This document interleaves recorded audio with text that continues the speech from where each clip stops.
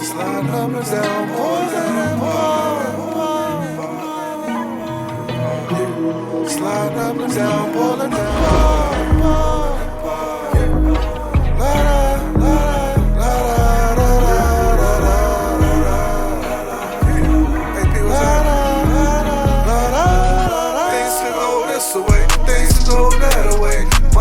Mondays, we don't record.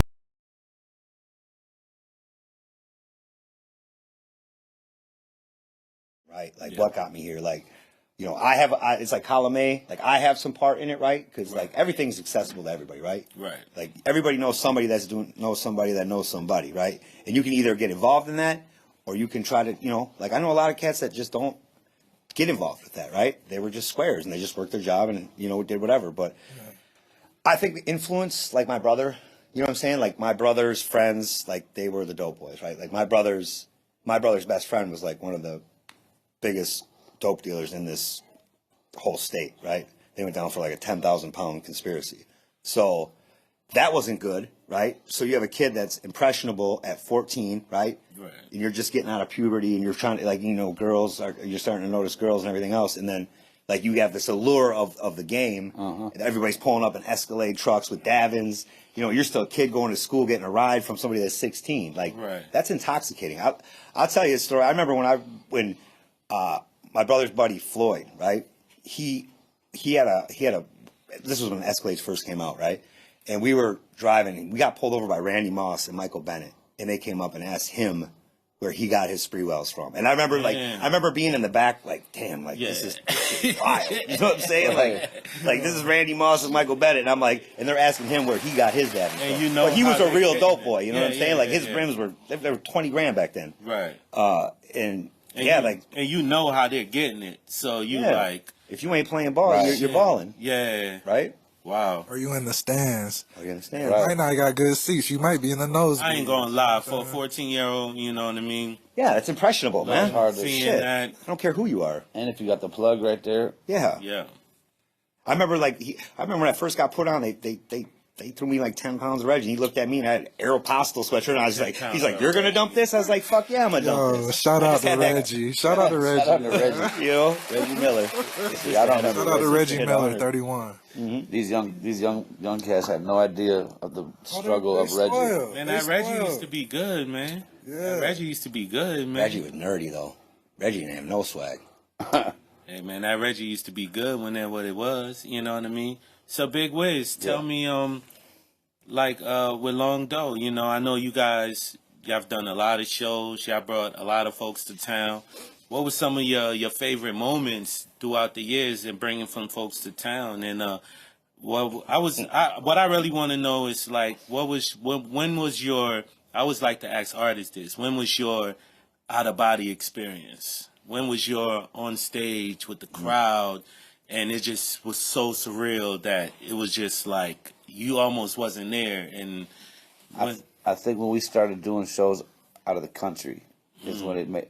Shout out to G Mill and SB Scout. We would go to Mexico every year, and we started doing shows from like doing 200 to 500 here in Minnesota and doing 2,000 to 5,000 on spring break, and then them like gravitating towards it, like wanting autographs and pictures. That was a moment where I was like, oh yeah, this shit's real. Like we get so much love away from the crib. Yeah. So I did that shit every year. I got addicted to it. I traveled with them every year, 10 years in a row, and then like doing a show in Jamaica. Out of the country, out of the city's cool, but I don't know, something about being out of the country was my out-of-body experience where I was like, damn, they really fuck with this for real. Because it's about the music, though. You know, and then just seeing that many people gravitate towards what you work so hard on. And that I've questioned myself for many. The shit I used to question about myself is the shit I get complimented on now. It's crazy. Probably because I worked hard. I hated my voice. I really structured wordplay. I took after like Cam and Bun B, and I put my own mix, like the wordplay shit. Yeah. And I've mastered that. And fast forward to today, like that's the shit people compliment me about. The shit I was so self-conscious about back then. So I guess just working on your craft so long and then getting love at home, but not like reaching where you want to reach, and then leaving the crib and then getting ultimate love. I just went to LA this summer, and literally, if Marta was here, he would co-sign it. 30 people I never seen in my life came up to me like, yo, Big Wiz, what up? That's Finally, I look at Martyr. I'm like, he was like, you have no idea who that is. That's like, I don't. I was like, I don't know how they know us. He's like, cause you're a fucking legend, bro. that's dope. Like You literally are, is what bro. he said to me. Shit. Shout out Mike the man, Martyr. you Man. Shout out Martyr. Martyr. But it was Shout crazy. out. Like literally, I went to Martyr. LA in August, and I've never got that much love in America. And I wasn't even working on new music right now. You know what I mean? Like Yeah. it was crazy, man. Nah, it's the work that you put in, you know, Right. and it's like is when things happen organically. And I didn't right? recognize one of these people. That's what threw me off. Yeah. And that's pure energy and that's pure music. You know what I mean? Definitely. Especially when you go out the country. Because one thing I tell people when people be like, man, how can a song like Pump the Jam be so popular? Because you can't trick people, right? When something feels good to somebody, It feels good. It feels good to them. It don't matter what you personally feel about it. If it feels good, it feels good. So when you go to a totally different country and people don't really know you like that and the music is bumping and the energy and everything is right and the music is good, bro, you can't fake that shit, Nah, you bro. can't. You can't fake that shit, bro. That's genuine love right there, bro. But yeah, to wrap up what you said, I think out of the country was when Yeah. I finally went out about it. I was like, yo, this is really real. We can really do something with this shit. No, that's dope. That's dope. You know what I mean? I'm not allowed to go out of the country no more with Wiz. Nah. What happened? I mean, do you want me to tell the No, story? we don't. Okay. What I happened? want to know. No, Tell we the don't want story. to. I want to know. That's for another episode. That'll take a whole nother fucking episode. All right, so give us another story then, Snags. I feel like you're full of stories, and yo, me and you have some stories actually. Like, you know, Well, what I okay, mean? so I'll piggyback off of what Wiz said. So the first aha moment, I remember Umbrella was kind of going on, and you were doing the DJ Don Cannon mixtape, right? Okay. Right. Shout out to And DJ Don Cannon. Don Cannon. Cannon. Shout out to Mr. Peter Parker and Mr. Neil, though. You feel me? Shout out to Mr. Peter Yeah. Parker. Man. They hosted. Mr. And Neil in the house and they somewhere. understand that same shit Peter I was Parker saying. in the house somewhere. Leaving town is Shout out crazy. to Like, DJ Cam Bennett. leaving your hometown. Shout out Cam Bennett, too. Bennett. Yeah. So we went to Atlanta.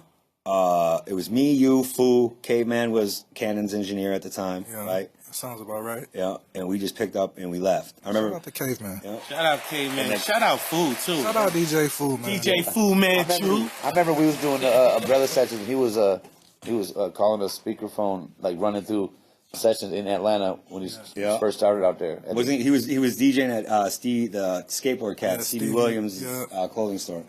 So yeah, like that. So we went down to Atlanta, and I remember we walked into Zach Studios, right? Remember, like Big Boy from Outkast, his Rolls Royce Yeah. was out front, Yeah. right? Nice. And you get that feeling, like it's like a spidey sense. It's like your hair stands up, and you feel like it's like the now moment, like the aha moment, right? And I remember I walked in, Cannon was there, and you got to remember, like they were just fresh off of the feds raiding their place, Snatching all the snatching all the mixtapes and Right, shit right. like that, you know. That's whack as hell, man. How you gonna tell an artist he can't? I think that was the record industry hating, bro. it was because he was putting so many numbers. There was numbers. Yeah, but bro, do you know as an artist? Don't mean to cut you off, but you know as an artist, bro, how important it is for artists to be on those mixtapes for your career. Yeah. So you as an artist, you thinking about your career, but it's like your own label is fighting against you. You know what I'm saying? Well, that's because people that have the money are controlling the shit. Like that's what changed the game, right? Was the mixtape thing. Slide numbers down, boys and boys. Slide numbers down, pulling down.